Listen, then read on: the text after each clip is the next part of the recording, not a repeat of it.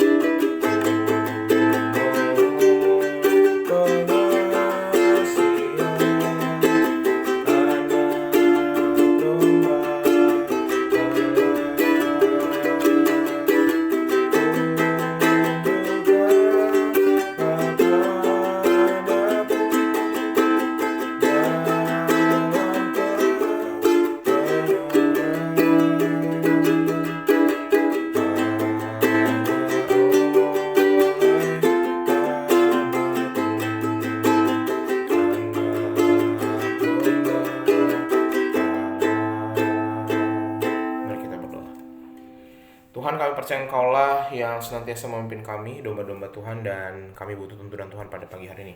Kami serahkan pembacaan firman Tuhan dalam nama kami berdoa. Amin. Bapak Saudara, bersama-sama kita buka Mazmur 24 ayat 1 sampai yang ke-10. Mazmur 24 ayat 1 sampai yang ke-10. Dengarkanlah sabda Tuhan. Mazmur Daud, Tuhanlah yang mempunyai bumi serta segala isinya dan dunia serta yang diam di dalamnya. Sebab dialah yang mendasarkannya di atas lautan dan menegakkannya di atas sungai-sungai. Siapakah yang boleh naik ke atas gunung Tuhan? Siapakah yang boleh berdiri di tempatnya yang kudus? Orang yang bersih tangannya dan murni hatinya, yang tidak menyerahkan dirinya kepada penipuan dan yang tidak bersumpah palsu. Dialah yang akan menerima berkat dari Tuhan dan keadilan dari Allah yang menyelamatkan dia. Itulah angkatan orang-orang yang menanyakan dia, yang mencari wajahmu, ya Allah Yakub.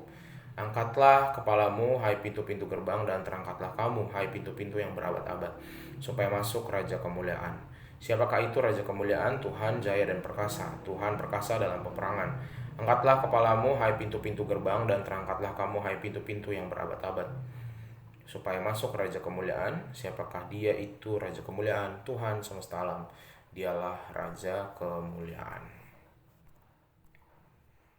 Bapak Saudara, setiap kali kita pasti punya banyak hal dalam hidup ini yang kita miliki. Hidup bicara soal harta benda, pekerjaan, keluarga, sekolah. Tetapi apakah pertanyaannya semua itu milik kita? Siapakah pemilik kehidupan yang kita saat ini sudah perjuangkan dan kita miliki dan jalani? Bapak Ibu, Mazmur 24 ini diawali dengan pernyataan tentang kepemilikan atas bumi. Dan dalam pernyataan tersebut diungkapkan sebuah pengakuan bahwa sudah jelas Tuhan satu-satunya dan tidak ada yang lain. Dan tidaklah cukup bagi Daud untuk mengatakan bahwa seluruh dunia milik Tuhan. Dia menambahkan bahwa segala isi serta yang diam di dalamnya juga milik Tuhan. Raja Daud memberikan alasan yang mendasar dan pengakuan itu menjadi sebuah proklamasi Raja Daud bahwa Tuhan sendirilah yang menciptakan dan membentuk itu tanpa bantuan pihak lain. Dia satu-satunya, sehingga sudah pasti dan jelas bisa dikatakan dengan sebuah keyakinan bahwa semua ini adalah bagian dari kehendak Tuhan.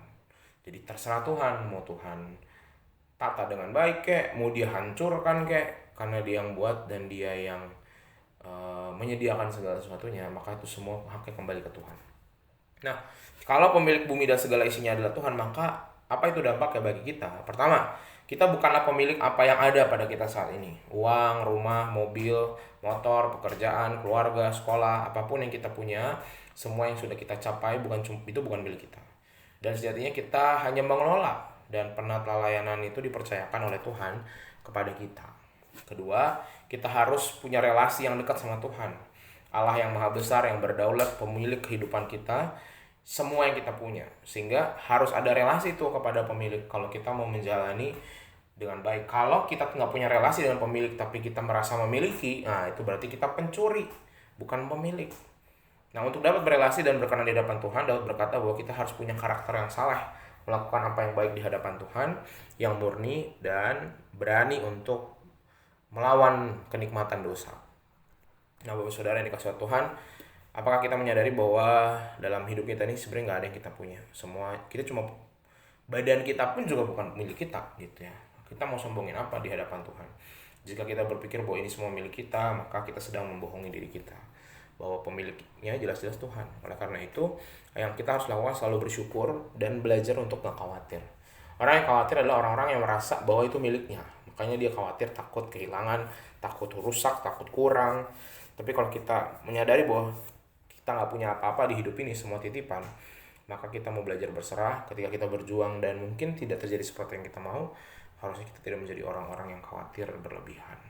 Tuhan mampukan kita. Amin. Mari kita berdoa. Tuhan, terima kasih melalui firman-Mu hari ini kami belajar tentang kepemilikan dari segala yang kami punya. Tidak ada satupun milik kami, semua milik Tuhan, dan ajarkan kami bersyukur dan tidak khawatir untuk hal-hal yang sedang kami lalui. Karena apapun itu, kekurangan, kelebihan, masalah, tantangan, sukacita, semuanya itu milik Tuhan. Sehingga kami juga harus belajar legowo, belajar mampu merelakan. Kami serahkan kehidupan kami, hanya dalam nama-Mu kami berdoa dan bersyukur. Amin. Selamat pagi, Tuhan Yesus memberkati, tetap bersemangat.